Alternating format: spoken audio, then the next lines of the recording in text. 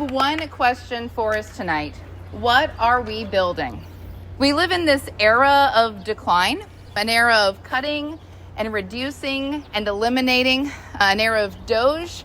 Everyone's busy downsizing and shrinking and doing less. But my question is, are we creating? Because destruction is easy. Anyone can tear something down. Anyone can say, this is a problem, this needs to go. That's what Planned Parenthood does. They don't build.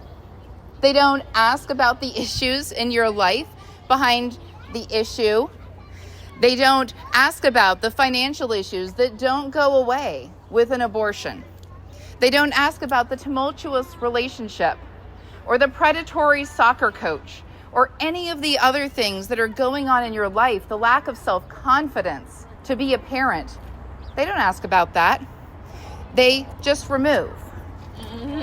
They don't invest in life. They end it. They call themselves a women's health care provider. They market themselves as a full-service reproductive health organization, just like any other OB-GYN. But we know better. I know better. I had an abortion when I was 19 years old at a clinic not dissimilar from this one. I didn't know where to turn. I didn't know where to find support. I didn't know what support might be out there for me. And when I looked for answers online, the loudest voice was an abortion clinic. So let's take a little step back. Let's think about what a woman, what a human being needs over the course of her life. And let's think about what we can offer. After my abortion, what did that abortion clinic offer me? A cookie. And when I was in pain and in agony and anguish, overwhelmed with regret, what else did they offer me? Eviction.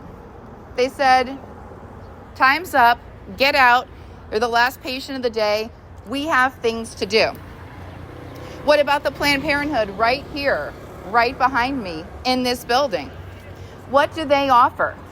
Yeah, they offer birth control, STI testing and treatment, limited gynecological and wellness and gender-affirming care. They offer pregnancy testing, and they offer abortion. Pull it up on their website. That's what's there.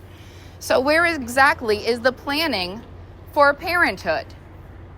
Where are the childbirth classes? What do they give a woman after she goes and gets an abortion? What do they give her? A cookie. And maybe some more condoms. That's what she gets. So what is Planned Parenthood successful at? Not family planning. Their contraceptives are unreliable at best, a false promise at worst. Remember when Consumer Reports, if you can believe it, actually did a study. They went through and they rated condoms. I would have loved to have been a fly on the wall in that lab and kind of watched that process as they did it. But Planned Parenthood was the worst. Planned Parenthood was bottom of the barrel, most likely to tear, most likely to, shocking, leave you pregnant and right back here at the Planned Parenthood. They don't provide holistic health care. They don't treat the whole woman, just the parts of the woman that help out their business model, fit their business plan. They don't even offer full spectrum gynecological care. And they aren't empowering women. Because when a woman walks through their doors, uncertain, afraid, and looking for real solutions, they just get one, and it's abortion. I know that. My abortion was an assembly line procedure. I wasn't offered options, solutions, hope. I was offered death. That's where their business begins, and that's where it ends. Because where is Planned Parenthood after that abortion? Are they helping her finish school? Are they helping her find stable housing the way places, the 40 Days for Life folks do, trying to connect women with community? Are they walking with her through job training, through childcare, through the realities of motherhood? No, because that is not where their money is. That's not where their investment is. Their goal is repeat business, not real solutions. Just look at their own numbers. Abortion is their profit center. It's what keeps the lights on. So government funding is what's there propping up those other 97%, as we always hear, of their services, but that claimed 3% that's abortions that they downplay. They say that abortion is 3% of their services, but that only works. It only makes sense if you count every condom as a service. Every STI test is a service for a chlamydia or a gonorrhea or HIV, all these things, each one a separate service. But it's abortion that makes up nearly 40% of their revenue. So it's a loss leader model, but instead of getting customers in the door with cheap products, they get them in with false hope and broken promises for healing. And who do they target? Historically, the same communities that Margaret Sanger set her sights on. Poor communities, minority communities, vulnerable women, those without the support systems that they need, and they don't empower them, they exploit them. And yet somehow we, the pro-life movement, are the ones who were accused of not caring. We're the ones who they say aren't really pro-life, just pro-birth. So here's my question for us. Here's my question for the pro-life movement. We're out here every week on the sidewalk, Dr. New leading the charge. We're out here offering so many services. So we need to look at what we are building, and we need to lean into that. What are we building? Because we have to be here. We have to stand here week in and week out in the rain, in the snow, in DC, in our nation's capital, to stand against the abortion giant. But that's not all we have to do. We can't just end here. It's a critical piece. Maybe it's even the crust of the pie, but it's not the whole pie. If all we do is stand here and fight against Planned Parenthood, we are still letting them set the terms of the debate. Them bad, us good. So it's time for that to end. We're not just here to oppose. We're not just here to say abortion bad, which it is, but we're also here to say, here's what's good. Here's what we can offer you. Here's the community, the support, the resources that we can offer.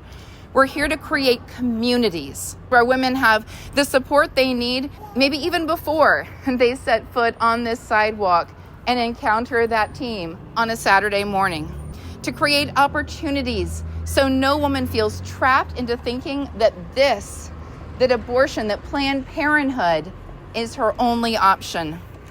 To create real healthcare solutions, not just pregnancy centers, as critical and wonderful as pregnancy centers are, but networks of doctors and midwives and counselors who can walk with a woman through every stage of her life, as opposed to an organization that is bent on the destruction of our children.